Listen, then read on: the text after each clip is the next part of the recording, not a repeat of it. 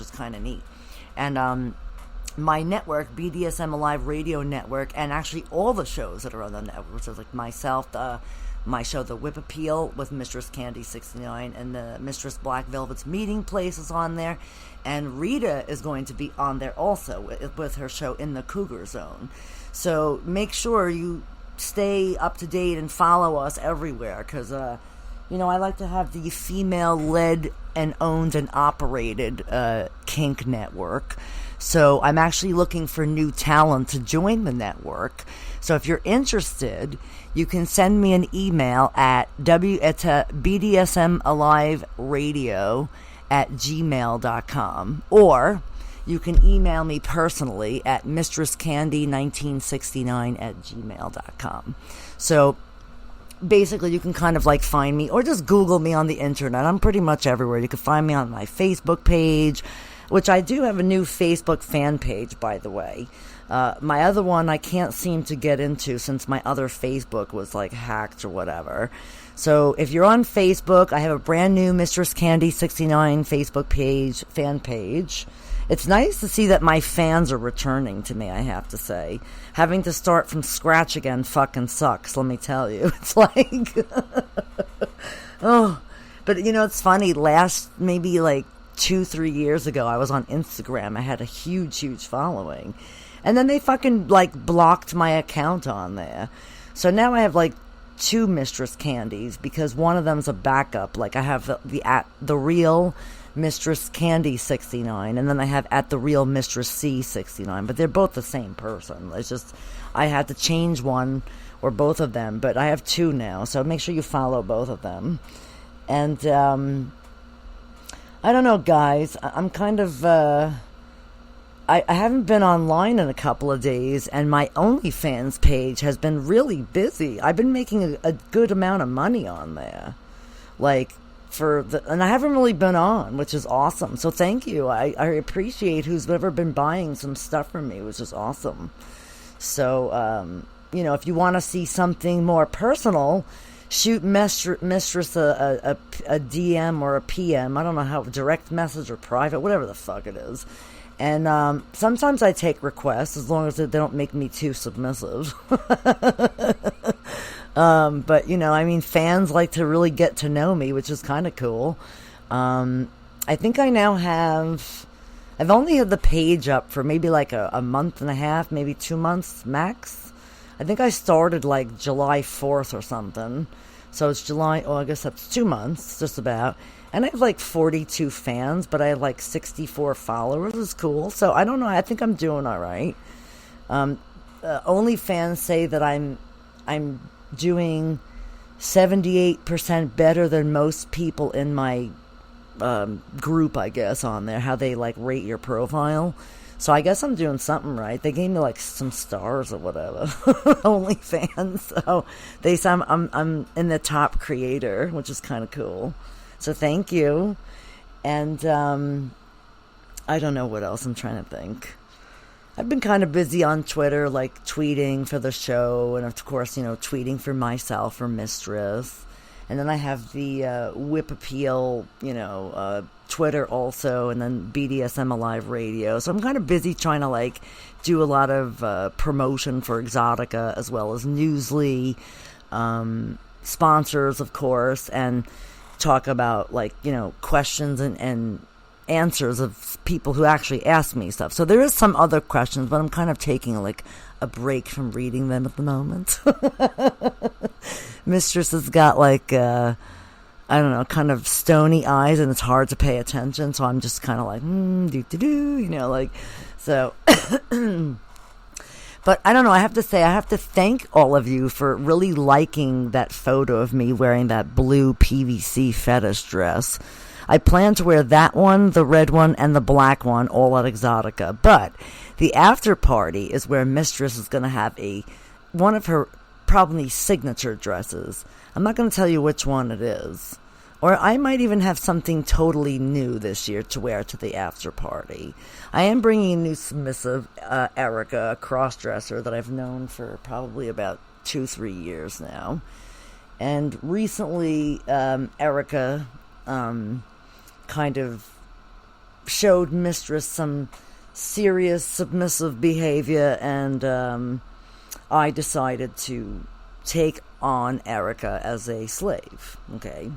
Now, it's kind of interesting. I still have my little old slave, Paula, who I've owned on and off for the past, like, almost 15 years now.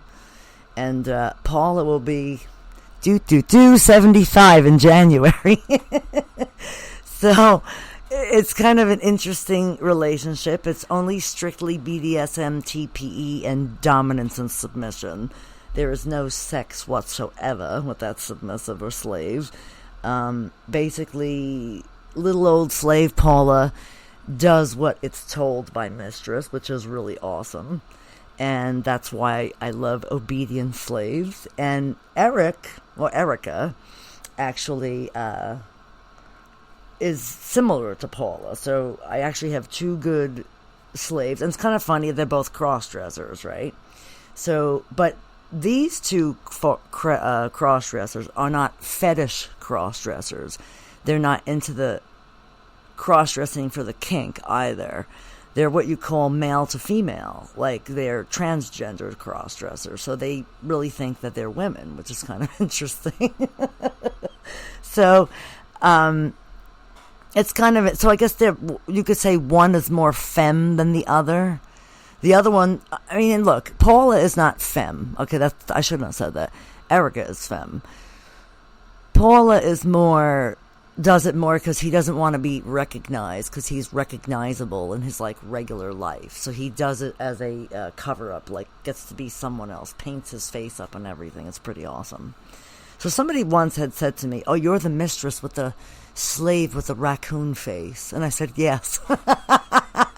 So Paula, if you're listening, I hope you're listening to this, because somebody said this to me recently about you, and I laughed. I was like, yes, I'm the mistress with the old slave with the raccoon cross-dresser face.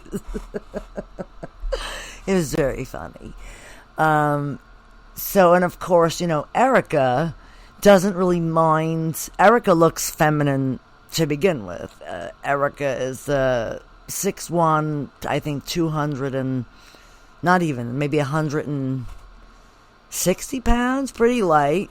Mistress weighs more than Erica does, and kind of interesting, but Erica's basically like my domestic servitude slave. Drives Mistress to appointments, takes me wherever I need to go, helps me out with, stuff like helping me get around, and helps me go shopping and stuff like that. So I don't have to take Uber or whatever, which is cool. So I have like a personal taxi driver. That's like Eric's like job, Listen, I'm a mistress. I will have a slave do whatever the hell I want them to do for me. But when it comes to my vanilla life, it's kind of interesting. I kind of decided that in my new life that I have now, of course, now that I'm single and whatnot, I have decided that whoever I am going to date, I don't want them to, I don't want to date a submissive. I've decided that I don't want to date any submissives. I would rather just date a regular guy who's into some kind of kinky stuff, but is not gonna be my sub. How's that for a thing? Or not even. They could just be like a regular person, just accept the fact that I'm a dominatrix and I do this alternative lifestyle, and hopefully I think I might have found that, which is kind of cool, hopefully. So we'll see, but whatever. But yeah, it's kind of interesting. So another question in the Dear Mistress column for tonight was actually a similar situation. This girl sends me an email yesterday morning and says that she's a 32-year-old beginner dominatrix, and she met the submissive who she thinks is really gorgeous, but she thinks he's only submitting to her because he wants to be owned by somebody. And I said, well, it's a good possibility. How old is, I asked her some questions like, how old is he? What is his intentions? What is his fetishes? What is your experience? I wanted to see like how I could try to help them, right? So she tells me that she's only been a dom for like really 2 years. She kind of like, watched some movie where they talked about it. So she kind of, looked up other doms online. And I said, well, are you one of these mean dominatrix, or are you like a sensual dominatrix? I'm like, or are you a sensual sadist to find your sensual masochist? And she was like, what the hell is that? So I hope you're listening, honey. Tonight I'm going to give you a little quick topic or a quick briefing of S&M, okay? S&M is the sadism and the masochism of a perfect, beautiful love affair relationship, right? For one, I am a sadist. I enjoy spanking men, kind of making them, kind of beg for mercy sometimes, but not in a bad way. Like, I don't know, some of you listening might be sitting home jerking off while the mistress is even saying this in the first place. Like, sensual sadism, right? Sensual sadism, like when you're doing a scene with a sub and I'm sneaking up behind you when you're blindfolded and you're kind of helpless on my St. Andrew's cross, kind of strung up, blindfolded, maybe not even so much gagged. Sometimes I like my submissive's mouth open for reasons. And believe me, I don't stick just dicks in them, okay? If you're a straight guy, you ain't getting dicks in your mouth, but you may get like my nipple, or you might get like something else, right? Or maybe not even that. Maybe just like a smack on the lips with one of my whips or something, right? So imagine yourself strung up on my St. Andrew's cross, like your arms are kind of bound and your legs are kind of bound, but you're standing like an upright position and you have a blindfold on, and all you could hear is this like very subtle like music in the background of like slow but mild mid-tempo type like techno, very light techno music playing in the background. And basically what I do to you is I take my hand and I kind of stick it on the back of your neck and kind of give you like a deep like tissue massage, kind of getting you ready to like, this is what I call warming my meat or tenderizing my meat before I play with it, right? So what submissive doesn't like to be kind of brought properly into correct subspace by getting tantalized and teased by their mistress?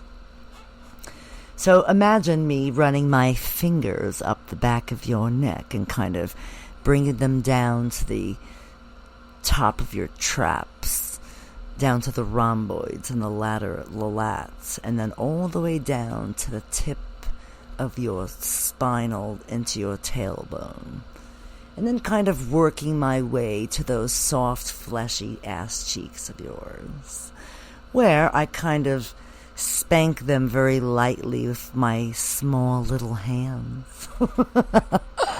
And then what I do is,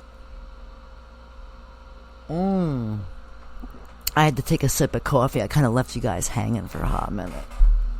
And then what I do is I actually kind of, maybe depending on how frisky mistress's mood is, I might even take some clothespins and kind of stick them on your ass cheeks for a few minutes, kind of maybe heighten your pleasure. Or I use my Wartenberg wheel and I kind of run it up and down the crack of your spine, up the back of your neck, kind of getting.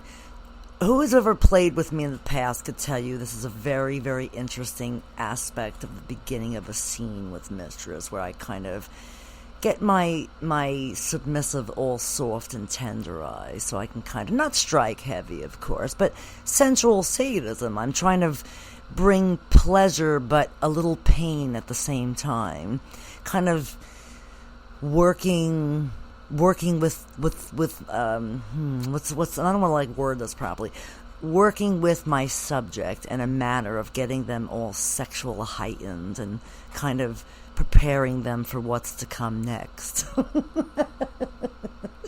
Oh, so then I go from the Wartenberg wheel to maybe some light spanking and maybe one of my furry floggers or my horsehair flogger and kind